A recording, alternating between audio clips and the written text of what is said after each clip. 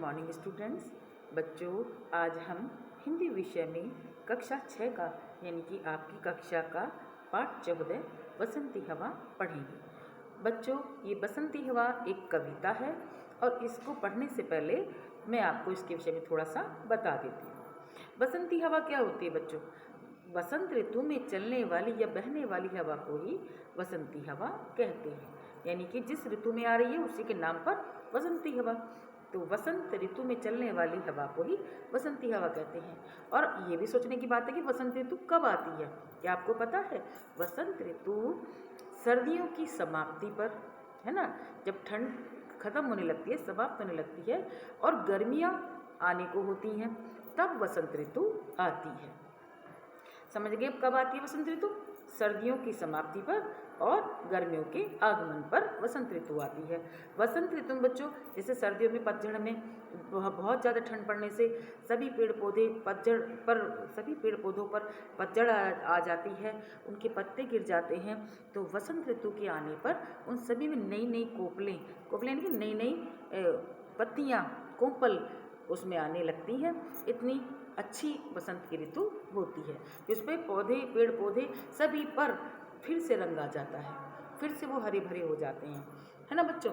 तो बसंती हवा कैसी होती है? जो बसंत ऋतु में चलती है वही बसंती हवा है। और बसंती हवा थोड़ी कैसी होती है? मंद मंद गति से, धीरे धीरे से चलती है। मंद गति से, धीरे गति से, धीमी गति से चलती है। और कैसी होती है? शीतल तथा सुगंधित होती है। शीतल कैसे हुई?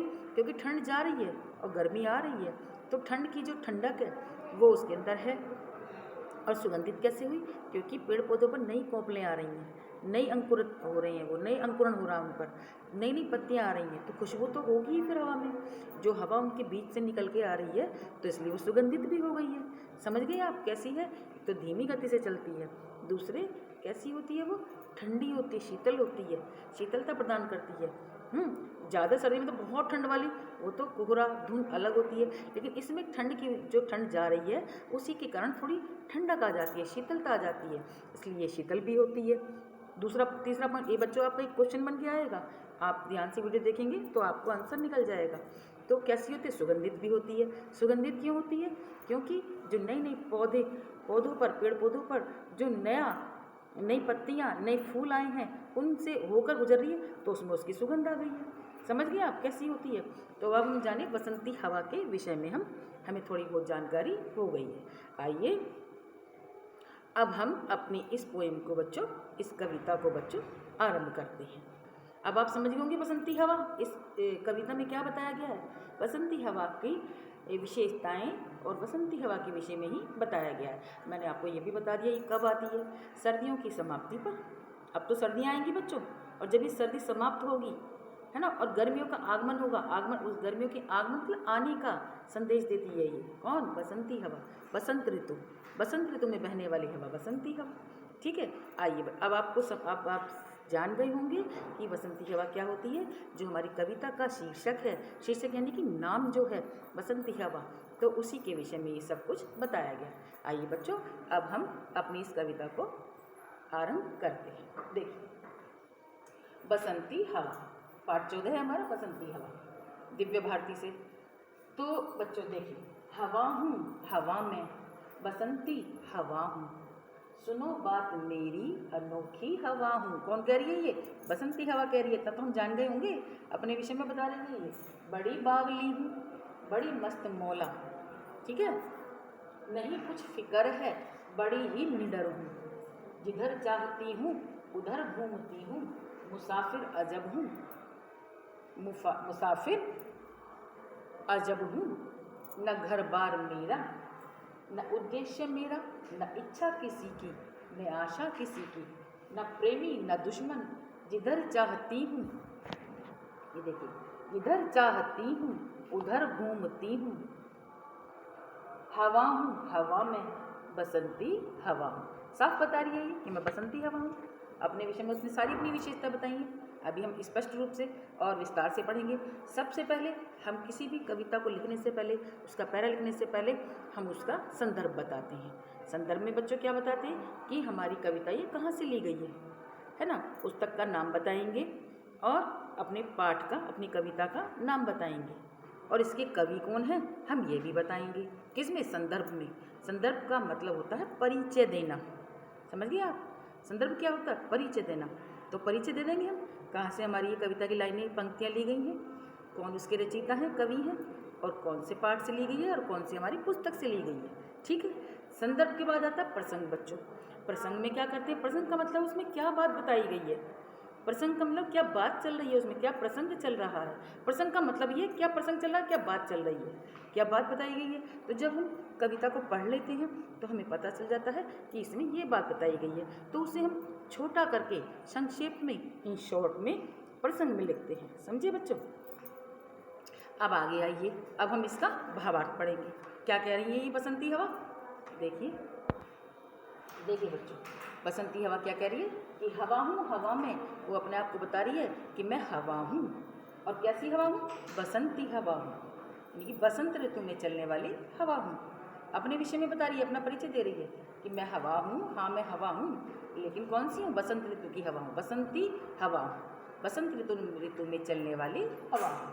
सुनो बात मेरी, अनोखी हवा हूँ। तो क्या बता रही है? तो कह रही है सभी लोगों से, सभी सबसे कह रही है कि मेरी बात सुनिए कि मैं जो है बड़ी अनोखी, यानी कि अजब हवा हूँ। अनोखी, अजब, अद्भुत हवा हूँ मैं। ठीक है, आगे देखो।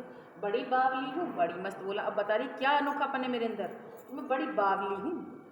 बावली, पगली। जबकि किसी को कहो पागल या बावला तो उसको बुरा लग जाता है, वो खुद स्वयं कह रही है अपने आप को कि मैं बड़ी बावली हूँ, है ना।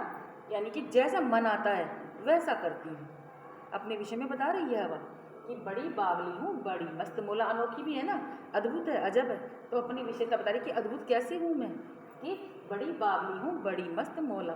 मैं बड़ी पगली हूँ, बावली मतलब पगली हूँ, और बड़ी मस्त मोला, बड़ी ही अपनी मन मर्जी करने वाली हूँ, मस्त मोला हूँ, है ना।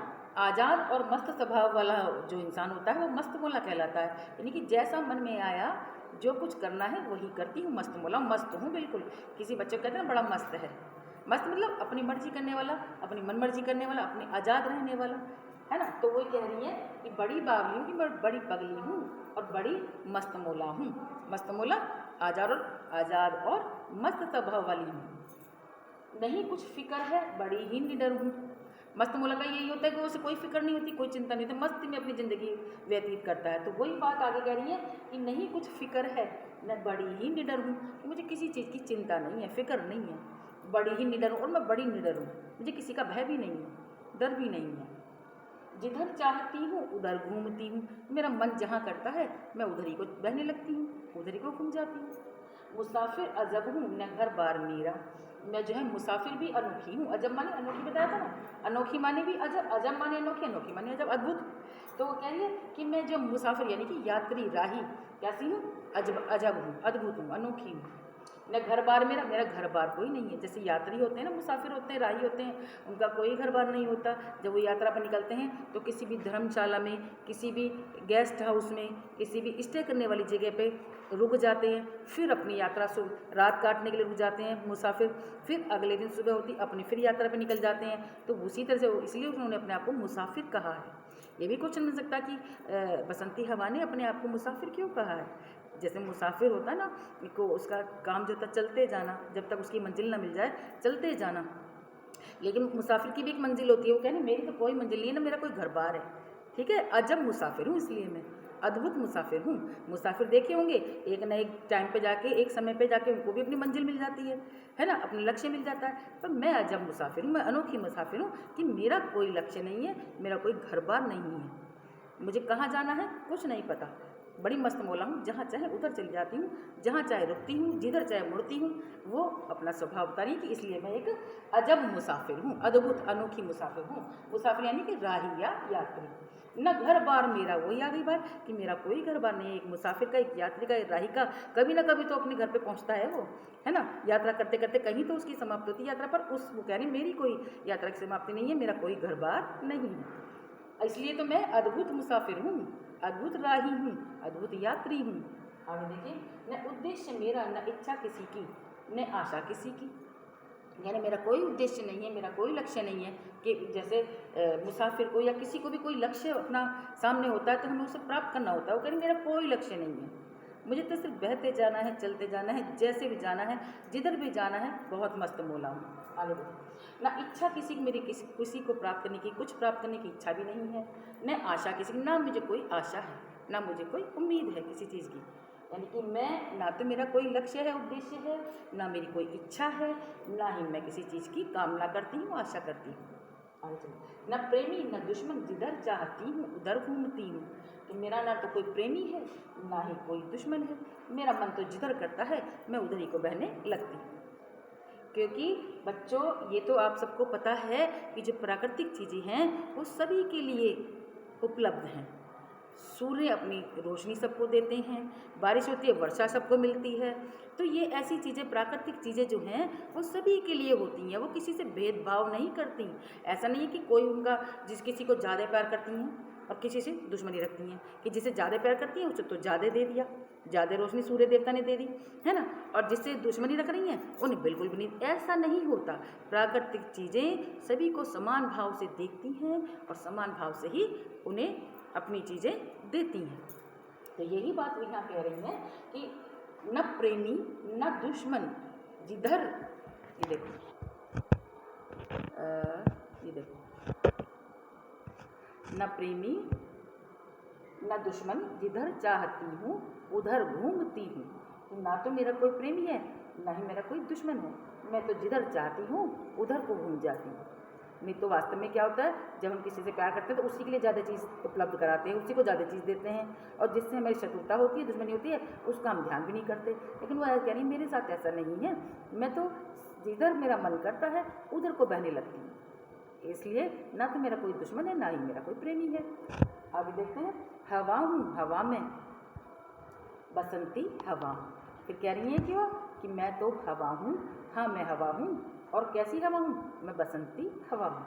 हाँ मैं हवा हूँ और बसंती हवा हूँ। बच्चों एक बार ध्यान से देख लीजिए। अगर आपको फिर भी कुछ समझ ना आए तो आप मुझे कॉल करके पूछ सकते हैं, समझ सकते हैं। अब हम आगे पढ़ेंगे बच्चों।